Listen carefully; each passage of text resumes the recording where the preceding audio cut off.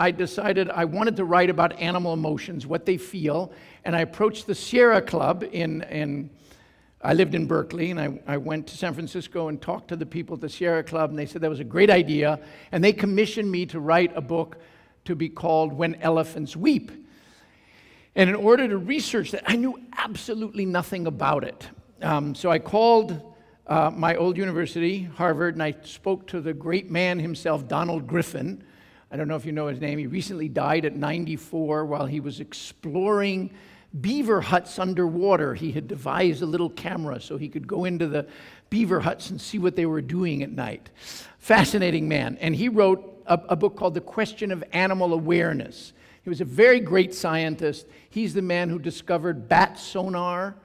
So he's very well known in the scientific community, and he became something of a rebel in his 80s by looking at the fact in his belief, and obviously ours, mine certainly, animals had awareness, that they were conscious. He didn't go so far as to say self-conscious, and we'll come to that in a moment, but he said they were conscious, and I devoured this book, but there was nothing about animal emotions. So I called him up and explained who I was and how I was fascinated by concept of animal emotions, and I said, could you give me a list of 10 books? I wasn't thinking of writing, I was retired, forcibly retired, and I wanted to sit down for a couple of years and just read. I was living on a ranch in Half Moon Bay, and he said, no, there are no books like that. You would have to write one yourself. I've never written it because I've gotten into enough trouble simply by talking about awareness. So I thought, well, trouble, that's my middle name. Actually, Musayev, because I'm an Uzbeki Jew, but trouble was also there. So I said, all right, I can do that. And what do you recommend that I do? And he said, well, start with elephants. They're fascinating animals. And go to India and visit some wild elephants. So I thought that was a good plan. So I arranged with my girlfriend at the time and our 2 small children, and off we went to India, and we went to an animal reserve, which was a large island, and 5:30 in the morning, we got up, kids were still asleep, and we followed the trail into the forest, and it said observation post, and we walked past that, and we saw a herd of wild elephants browsing. And my girlfriend said, that's far enough. And I said, oh no, you forget, I'm a professor of Sanskrit.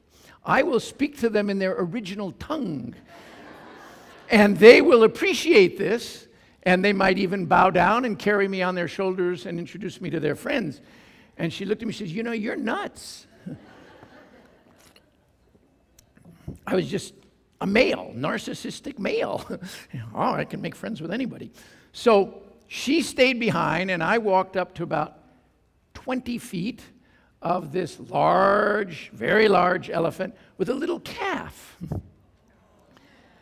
Bad mistake. And she was browsing, the calf was browsing, and they weren't paying attention to me. So I went like this, come on, wake up, I'm here. And this female, I didn't know that even, raised her trunk and started to look at me, and I began chanting in Sanskrit. I started, Bhava Gajendra, which means, hail to you, king of elephants. Couldn't even get the gender right? Hail to you, king of elephants, at which point she flapped her ears. And I turned to my girlfriend, way far away. I said, see, she loves me. Come on, come on. No, it meant you're in my living room, white boy, out fast. And then she trumpeted loudly and charged. And it's a very, as I tell it now, I've told this story a few times, but it really, I feel the fear. I really do feel it. It was like suddenly, you're going to die, Jeff. Right now, you are about to die, you idiot. And she charged me. And I never use the word hysteric because it's a dirty psychiatric word, but I was hysterical. And I went racing through this tall grass screaming, help, help, there's an elephant after me. And there was nobody to hear it except my girlfriend, who had her hands over her eyes.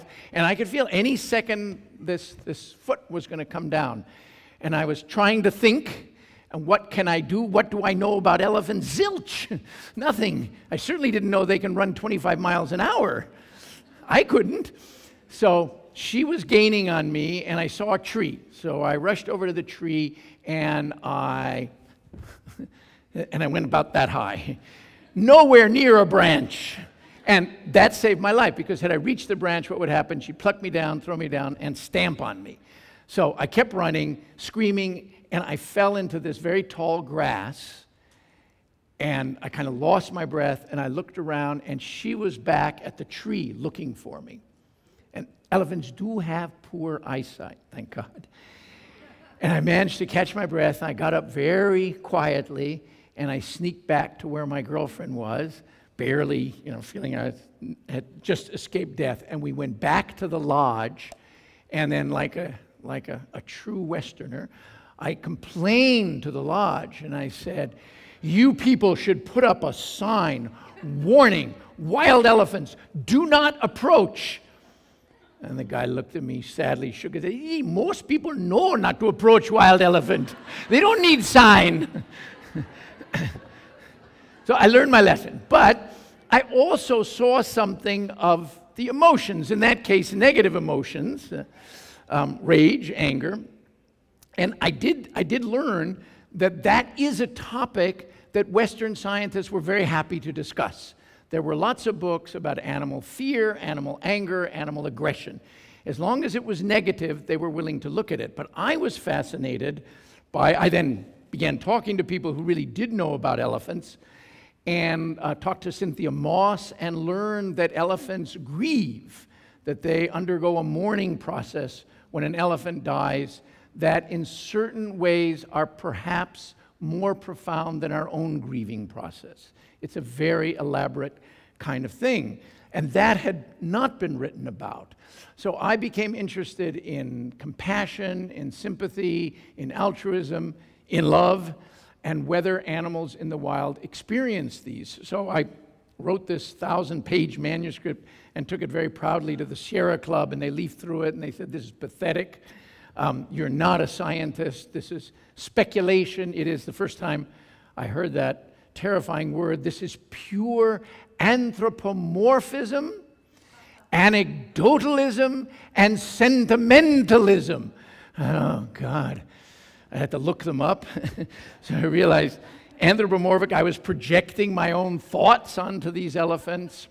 Anecdotes, I just had one experience. And the fact that I liked them showed that I was a sentimentalist. So I thought, oh, this is really too bad. But before giving up, and I took on board some of the criticism. It did make sense. They showed it to scientists, and they said, no, this is terrible. But I did show it to an agent in New York, and she showed it around to a couple of publishing houses, and they didn't think it was so bad. And they did publish it, and it sold 1 million copies.